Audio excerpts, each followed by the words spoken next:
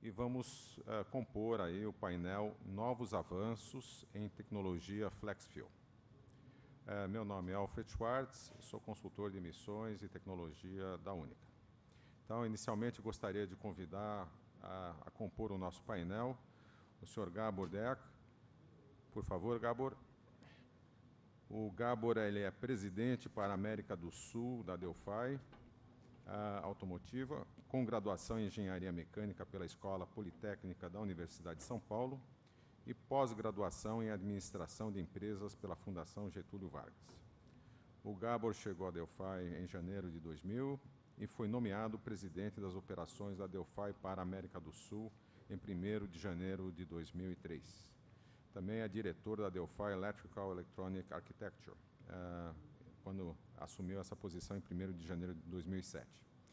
Tem uma experiência de mais de 23 anos no ramo, ocupou cargos executivos nos setores de engenharia, logística, qualidade, fabricação, planejamento estratégico e desenvolvimento de novos produtos, e também faz parte do conselho do Sindipeças e da SAE Brasil. Tudo bem? Também gostaria de convidar em seguida o senhor Alfredo Guedes Júnior. Por favor, Alfredo. O Alfredo trabalha no Departamento de Relações Institucionais da Honda Moto. Ele é engenheiro mecânico, atuou em montadoras no setor automotivo por 5 anos, no desenvolvimento de fornecedores de componentes de motor. Está na Honda desde 1998 e, normalmente, é a pessoa responsável por fazer as apresentações e atendimento técnico sobre automóveis, motocicletas e produtos de força para os eventos com a mídia e o trabalho de relações públicas. E também, agora, gostaria de convidar o Sr. Henry Joseph Jr. Na programação, nós temos que o Henry está representando a Anfávia. Na verdade, ele é membro da Anfávia, presidente do Conselho lá de Meio Ambiente e Energia da Anfávia, mas hoje estará representando a Volkswagen. O Henry ele é bacharel em Química, com especialização em combustão, tem diversos trabalhos publicados sobre combustíveis, biocombustíveis e poluição veicular. É presidente da Comissão de Energia e Meio Ambiente da Anfávia, como eu já disse, e também faz parte do conselho da AEA, que é a Associação Brasileira de Engenharia Automotiva. Trabalha na Volkswagen do Brasil desde 1981, onde é gerente dos laboratórios de teste de motores e de emissões veiculares. Representa a Volkswagen e a Anfávia para assuntos de combustíveis, emissões veiculares e meio ambiente. A convite do governo brasileiro, tem participado de diversas viagens, representando aí o setor automotivo. Muito bem. Então, eu gostaria de dar início aos trabalhos aí dessa tarde, com o Gabor, representando a Delphi. E antes que o Gabor inicie aí a sua apresentação, só comentar rapidamente o objeto aqui da nossa mesa.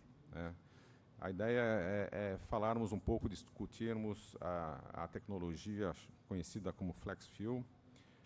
Em abril desse ano, os veículos FlexFuel comercializados nesse país já ultrapassaram o número de 7,7 milhões de unidades, o que é extremamente significante e representativo para o setor. Então, eu acho que dentro desse contexto do que a tecnologia FlexFuel representa em termos de desenvolvimento tecnológico, de perspectivas, de novo ciclo de uso de etanol nesse país, então, dentro desse contexto que eu gostaria de convidar, então, o Gabor a iniciar a sua apresentação. Por favor.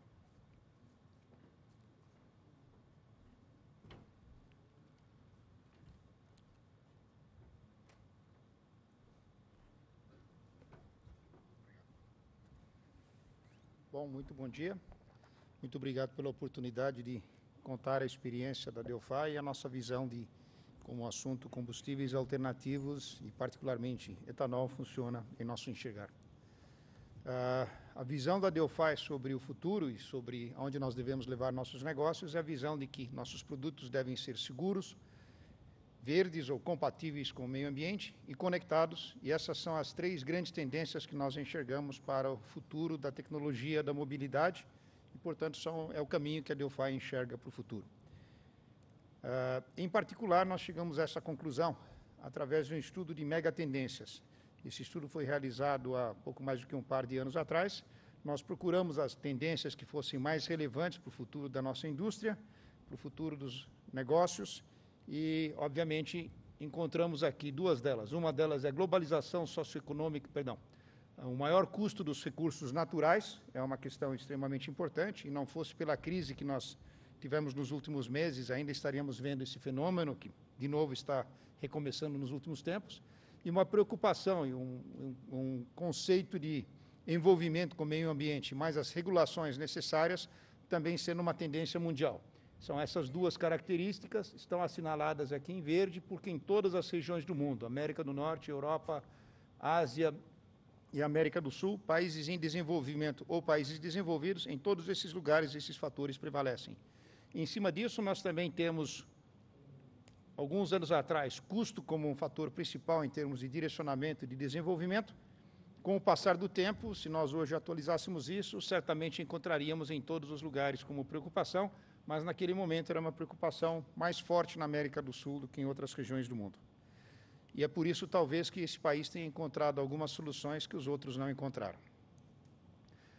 Como nós enxergamos, saindo de combustíveis fósseis, que têm um fornecimento limitado, a um custo cada vez mais elevado e que tem consequências em termos de emissões, particularmente sobre a atmosfera, resulta em um aumento da camada de isolamento da nossa atmosfera, de proteção, o que gera o efeito estufa, e o que faz com que nos últimos anos, praticamente um século, as temperaturas médias tenham subido, e isso acaba representando uma ameaça à continuidade e existência da vida, como nós a enxergamos hoje e como nós participamos.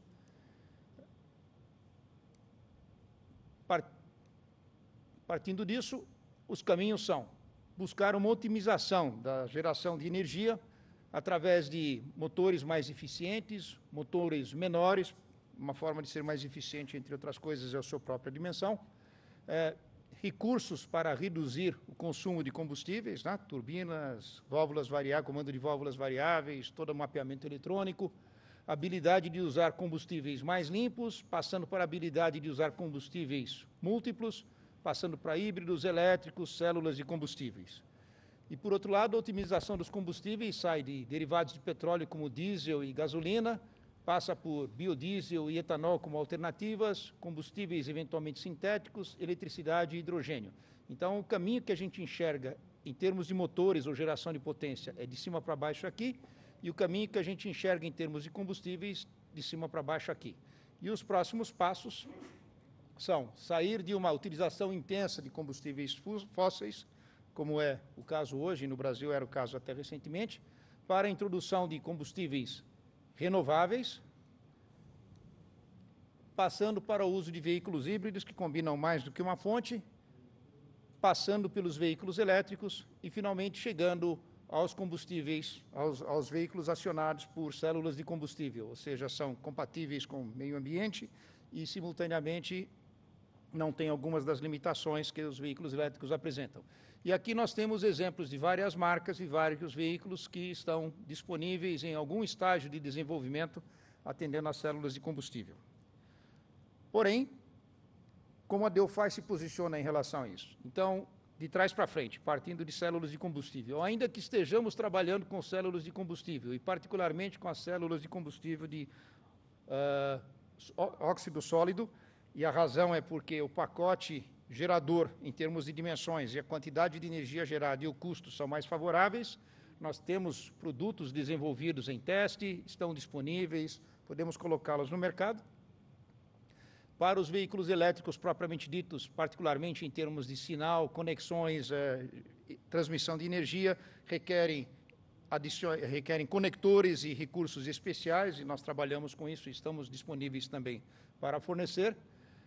Para os veículos híbridos, nós vamos desde os sistemas de partida e parada com embreagem, até sistemas de auxílio integrado, passamos por sistemas completos, onde se usa de 15% a 45% de economia, e, finalmente, até os próprios produtos que são ligados na tomada. A Delphi tem todos os produtos e as tecnologias disponíveis, porém, acreditamos em uma situação diferente. Acreditamos que, lá na primeira etapa, em termos de combustíveis renováveis, é onde está o futuro viável econômico para a maior parte dos lugares do mundo. E vamos lá, e por que isso acontece? Então, quando começou no Brasil?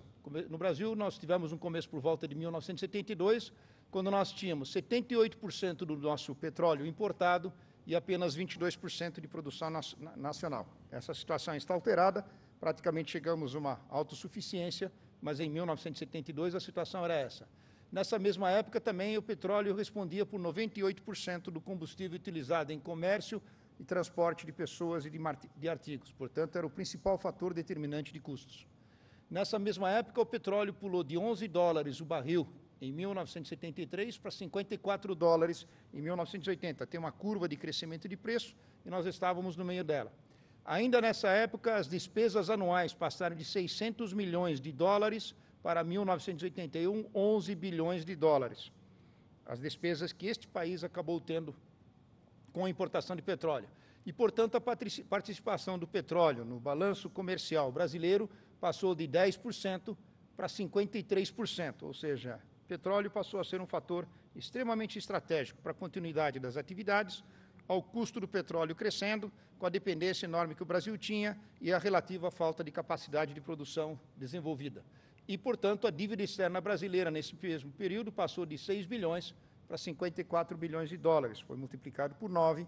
Esses são os fatores pelos quais o Brasil se engajou num programa chamado Pró-Álcool, que teve seu princípio em 1979 e um honroso término a partir de 1989.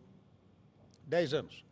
Em 1979, os fatores determinantes eram a dependência do petróleo importado, o custo, a disponibilidade de álcool, a condição favorável que nós tínhamos em termos ambientais, de clima, de solo agriculturável, de disponibilidade de mão de obra e a vontade de achar uma solução para um problema que passou a ser estratégico para o país, não apenas no sentido de manter o abastecimento, mas manter todo o comércio, toda a indústria, todo o desenvolvimento nacional.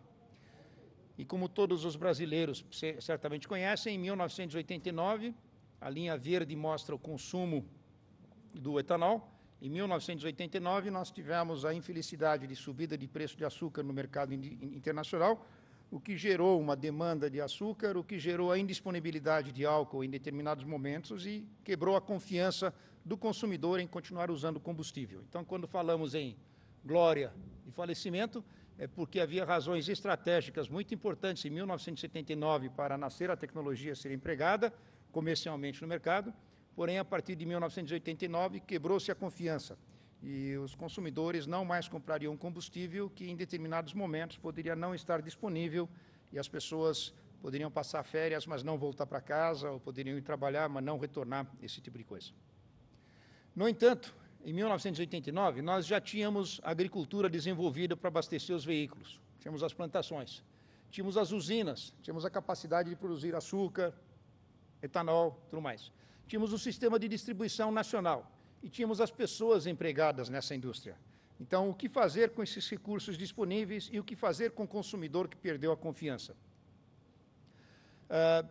A nossa tecnologia havia sido desenvolvida para atender a 100% do consumo de etanol. E como o Henry Joseph fez a gentileza de ter essa tabela disponível, todos vamos perceber que até 5% nenhuma alteração no veículo é necessário, que a partir de 25%, uma boa parte das características são necessárias em termos de alteração, chegando até 85%